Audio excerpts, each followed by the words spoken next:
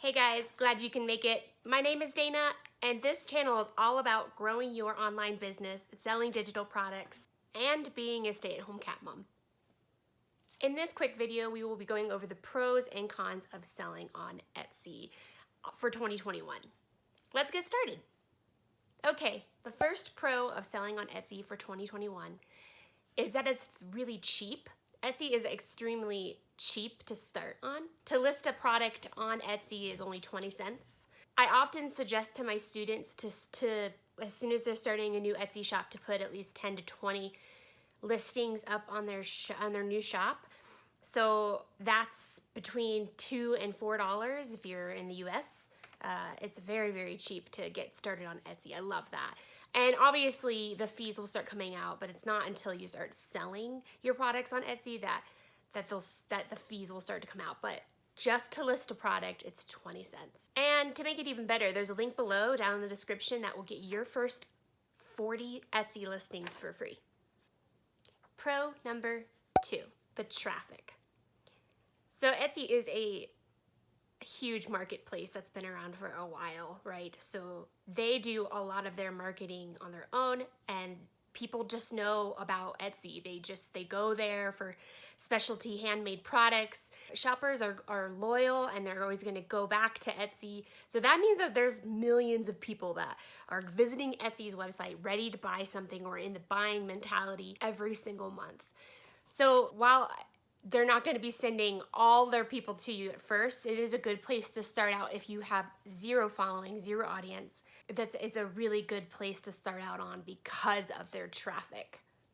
And like I said, most are ready to buy, and it increases their trust for you because you're on Etsy platform and they trust Etsy. So it's a really good starting point for brand new small businesses. Pro number 3.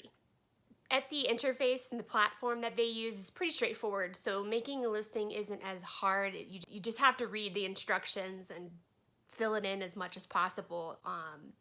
So it's really easy to get one listing up, and even if you have all your products ready, you can get 20 listings up within 48 hours.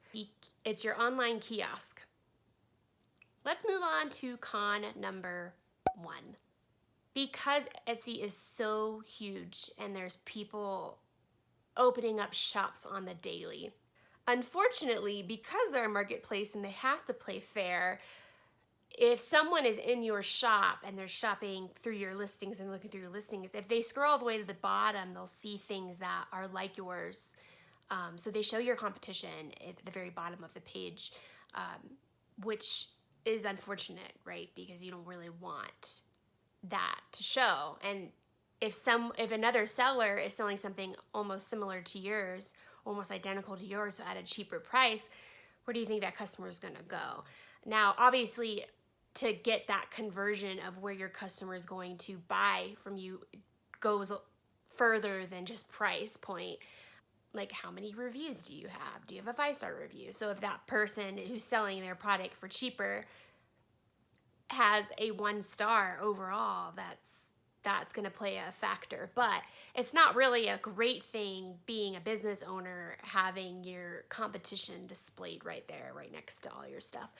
But I do understand it from a business point of view for where Etsy's coming from, why they have to do that, or why they have to do something like that. Con number 2. This one's really rough because I've seen a lot of information about it on the forums, but also I just think it's icky. I just think it's a really icky practice. So con number 2 is that Etsy can and will shut down your shop for reasons that they sometimes won't share with you. So most of the time when I see people get their shops shut down because of infringement, they're infringing on someone else's intellectual property. They're stealing it. Big time, like here's a good example, just stay away from Disney. If you try anything in the Disney niche, it's gonna do really well on Etsy, but Disney's got people out there looking through Etsy for listings that are infringing, right? And Etsy doesn't play around. They're going to favor the owner of that intellectual property over you, right? unless you have proof that you have licensing for that. So that's a problem. I see that Etsy's doing their job trying to protect intellectual property, but I also see a lot of people get their shop shut down for fake infringement, right? Where they're not infringing someone. It could be competition, it can be extortion, reporting their shop, and then them magically their shop is gone the next day. I've heard horror stories on that. I've seen horror stories through that from some of my students. And, you know, Etsy doesn't really look into it. They just kind of take the word of the person claiming a false infringement on your shop or on your listing. So that's a big problem to me. I don't like that.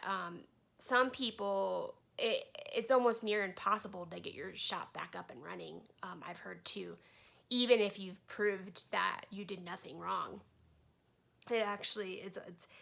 It's really heartbreaking to hear some of these people build their Etsy shop to, you know, their full-time income, and then magically it just goes away the next day and they did nothing wrong, and, you know, they did absolutely nothing wrong.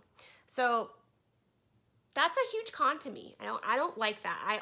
I don't want to deter you from being on Etsy, but I'm definitely not going to tell you to put all your eggs in the Etsy basket. There are other marketplaces out there that you can do just as well in, and we will talk about those later in different videos. But for now, this is about Etsy, and that is a big con for Etsy. Just being real.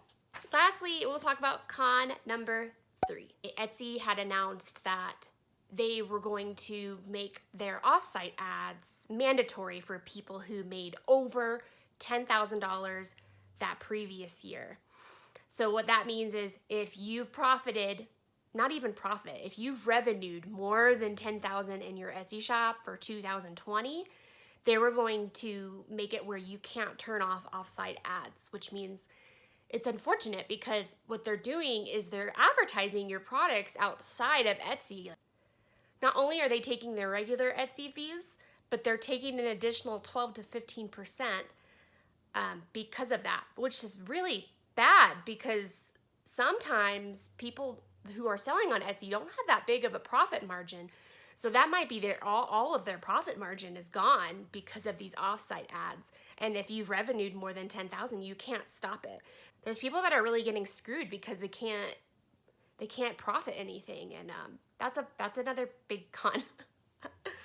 I know that they're constantly changing this offsite ads thing, and correct me if I'm wrong. One of my Etsy shops revenued more than $10,000, and so I was not able to turn off my offsite ads this year. However, I have not seen a lot of sales come from offsite ads, so I guess I'm lucky in that area, but I can see where this can go wrong for someone if they have a 12 to 15% profit margin.